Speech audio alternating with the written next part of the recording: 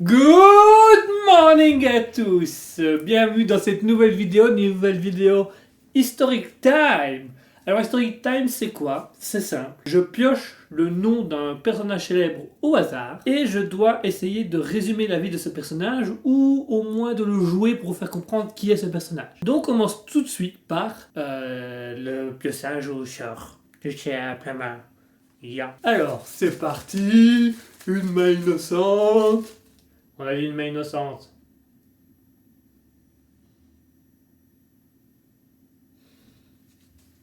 Bon, il n'y a personne d'autre, vas-y.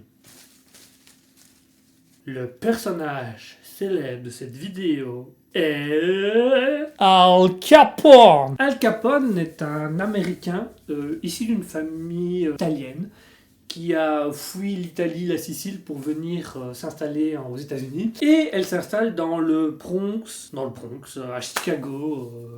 Non, le Bronx c'est pas à Chicago, à New York, je crois. Je ne sais plus.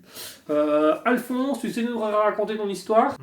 Si, je m'appelle Alphonse. Je croyais que tu étais né aux États-Unis.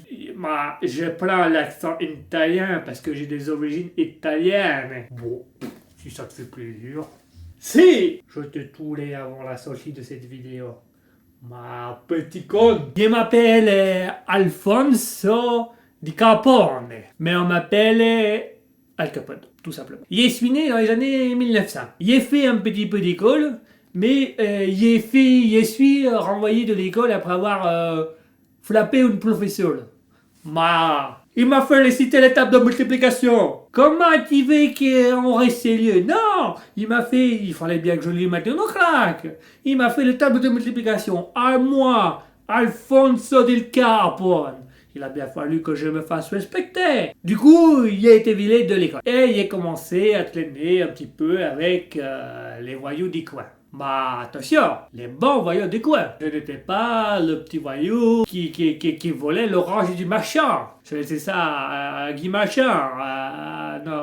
Gérard Normand, il ne sait plus qui chante cette merde. Non, mieux, ce que j'ai fait, c'est que j'étais dans les petits gangs de voyous où on m'attaquait la gueule des gens comme ça. Là. Tu payes le patron ou on te défonce ta goule. Et un jour, j'ai été remarqué par un homme qui s'appelle Johnny Tarantino. J'ai un trou de mémoire. J'ai été rencontré par un homme qui m'a dit que j'avais du potentiel. Moi, je savais pas ce que c'était, moi, tout potentiel. Depuis tout petit, on me dit, t'es une italienne, t'es conne, t'es une saloperie de la société. Je dis, moi, avant de faire de culo, je vais te montrer, moi, qui je suis. J'étais voir Johnny Tolio, c'est ça, Johnny Tolio. Johnny Tolio, il est venu me voir, il m'a dit, tu as du potentiel. J'ai dit, ok, si j'ai du potentiel, prouve-le-moi. Et là, il m'a commencé à me trouver quelques petits bons coins. Il doit avouer que c'était assez plaisant. Pour la petite anecdote, un jour, j'ai été un vigile. C'est-à-dire que j'étais à l'entrée d'une boîte et je devais un petit peu recaler les gens comme ça. Non, toi tu ne l'entends pas, toi tu peux leur dire tout ça. Et il y a eu une demoiselle, une véritable belle. J'ai de la gueule, bien entendu, en tant qu'Italien. On nous drague, on est obligé en tant qu'Italien. Ça n'a pas plu, papa. Ou au grand frère, je ne sais plus, c'était un connard, c'est tout ce que je peux dire. Qui m'a mis un coup de couteau ici. Depuis les jours, on m'appelle Scarface. Van fan culo avec ses surnoms de péré. C'est quoi ça, un Scarface? C'est de la merde, un Scarface. Je suis Al Capone. Donc, Scarface, c'est dit mon cul, ouais. Et puis, j'ai aidé Johnny Torino, l'autre là, mon mentor, que je ne me souviens pas du nom. Je suis rentré dans une famille mafiote. Mafiote. My God. Shit. Il y a trop d'accents. J'ai été dans beaucoup trop de familles. Je n'en peux plus. Entre l'Amérique, l'Italie, l'Allemagne. Je ne savais même pas que j'étais allemand. Tu vois, donc chacun en a plein tous les jours. Après ça, je suis entré dans la mafia. Les petits trucs habituels. J'ai tué des gens, j'ai volé des gens, j'ai escroqué des gens, j'ai défoncé 2-3 petits anglais. enculé qui voulait ma place. Et il a commencé à ouvrir un business. Un petit business mafiosi. Calme, tranquille, doucement, cousin. Nous sommes entre nous. Et puis, est arrivé un jour, où le président qui a dit l'alcool est fini. Fini. Apou. Apou beaucoup. Non. Apou tout cool. Mamma mia, les gens sont tombés dans une rage folle. Alors moi, en tant que bonne personne, qu'est-ce que j'ai fait? Tout simplement dit, pas de soucis, on va faire de l'alcool plus entre guillemets, plus accessible pour les personnes qui aiment bien en consommer une fois de temps en temps. Et c'est là que j'ai commencé ce qu'on a appelé la prohibition. C'est-à-dire que j'ai fait de l'alcool et je l'ai vendu. Mamma mia, quand je pense que 100 ans plus tard, ça se vendait comme des petits pains, je ne me sais pas fait aussi chier que ça à l'époque. Et donc, j'ai vendu de l'alcool, et j'ai continué à passer des gens, tuer des gens, escroquer des gens, voler des gens. Et puis, un jour, il y a un type qui est entré dans une de mes brasseries. Et il a tout dégommé. Mais je me suis dit que le fils de pute veut le dégommer. Alors, on met d'années son nom. C'est Lieuteness, c'est un gars envoyé par le gouvernement. Bah, qu'est-ce qu'il y en a à foutre? Le juge du coin, il est dans ma poche. Pourquoi je ne pourrais pas avoir un petit policier ripoule? D'ailleurs, je tiens à préciser, de base, que ce policier était en fait un enquêteur financier. C'est-à-dire qu'à la base, il devait juste contrôler mes impôts. Et puis, les idées de créer une espèce d'agence où ils ont commencé à casser tout, à tuer tout. Qu'est-ce que c'est cool? Et on l'a laissé faire. Et puis à vos jours, je me dis, moi, je vais lui régler son compte. Bon, il ne suis jamais arrivé.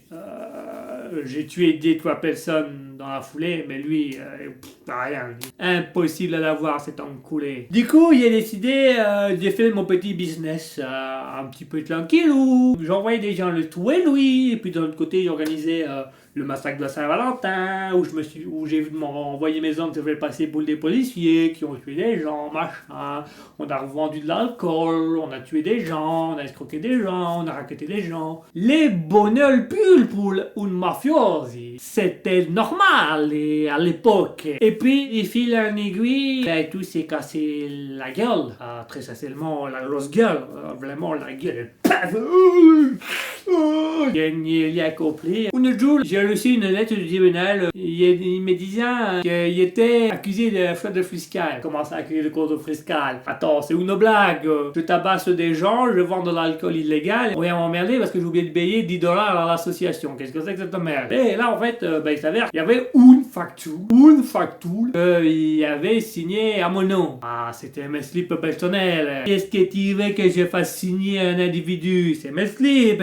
La facture n'était pas vraiment déclarée au niveau de mon association. Et je me suis trouvé au tribunal. Après, j'ai été voir mon comptable. J'ai dit, qu'est-ce que c'est que ce bordel? Pourquoi on m'a fait chier pour ça? Je suis capable de faire vous compreniez.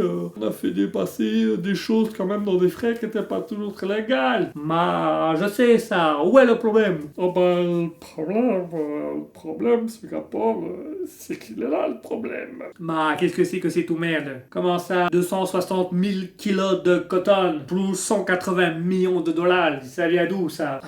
De nulle part, monsieur Capone. De nulle part. 186 millions de dollars de chaussettes. C'est du foutage de gueule. Non, monsieur Capone, non. C'est vraiment la facture qu'on vous a fait signer cette année. Qu'est-ce que c'est que ça? 260 000 dollars de fleurs achetées en un jour. D'où ça vient, ça? Non, monsieur Capone, non, c'est comment dire? C'est l'argent qu'on a utilisé pour acheter les nouveaux fusils mitrailleurs. Pourquoi tu as mis des fleurs, alors? En fait, c'est pas moi, monsieur Capone. Mais c'est qui cet petit enculé que je le boute? C'est-à-dire que c'était notre stagiaire qui visiblement n'était pas très à l'aise avec vous et qui avait peur pour son stage. Comment vous expliquer la chose? Il a un peu mis 2-3 trucs au hasard qui l'a fait signer discrètement. Et on s'est rendu compte de rien, Mais comment ça, des trucs au hasard? Monsieur Capone, on va pas se cacher que dans une de vos factures, vous avez acheté pour 200 millions de dollars des poupées russes. Qui? poupée? Ouais! Nous, on était trop occupés à gérer la gestion du budget. On l'a pas vu passer. On a cassé les factures comme ça et les poupées russes, ben, elles sont passées comme ça. J'y vais te détruire la gueule. Après, j'y vais le trouver ton apprenti, ton stagiaire, et je vais doublement lui défoncer sa goule. Ah ben écoutez, monsieur Crapaud, là, on peut comprendre. Tout ça pour dire que je me suis retrouvé au tribunal pour cette foutue facture et j'ai pris 11 ans.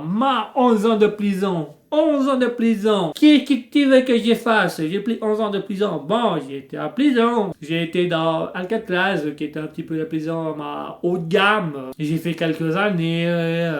Il y a des gens qui ont essayé de me tuer. Moi, j'en ai fait traverser d'autres. Et puis, je suis tombé malade. J'ai eu la syphilis à cause d'une prostituée qu'elle avait que dans ma maladie. Bon, ça arrive. Je vais pas lui en vouloir, la pauvre gamine. Elle essayait désespérément de payer des études à son frère. J'ai donné un petit financement, et puis c'est tout. Je reste un bonhomme dans le fond. Attention, faut faire attention. J'ai un bon cœur, j'ai un bon fond. Et j'ai fini par mourir de cette maladie. Mais ça, c'est encore autre chose. Voilà, c'est comme ça. C'est la vie d'Al Capone.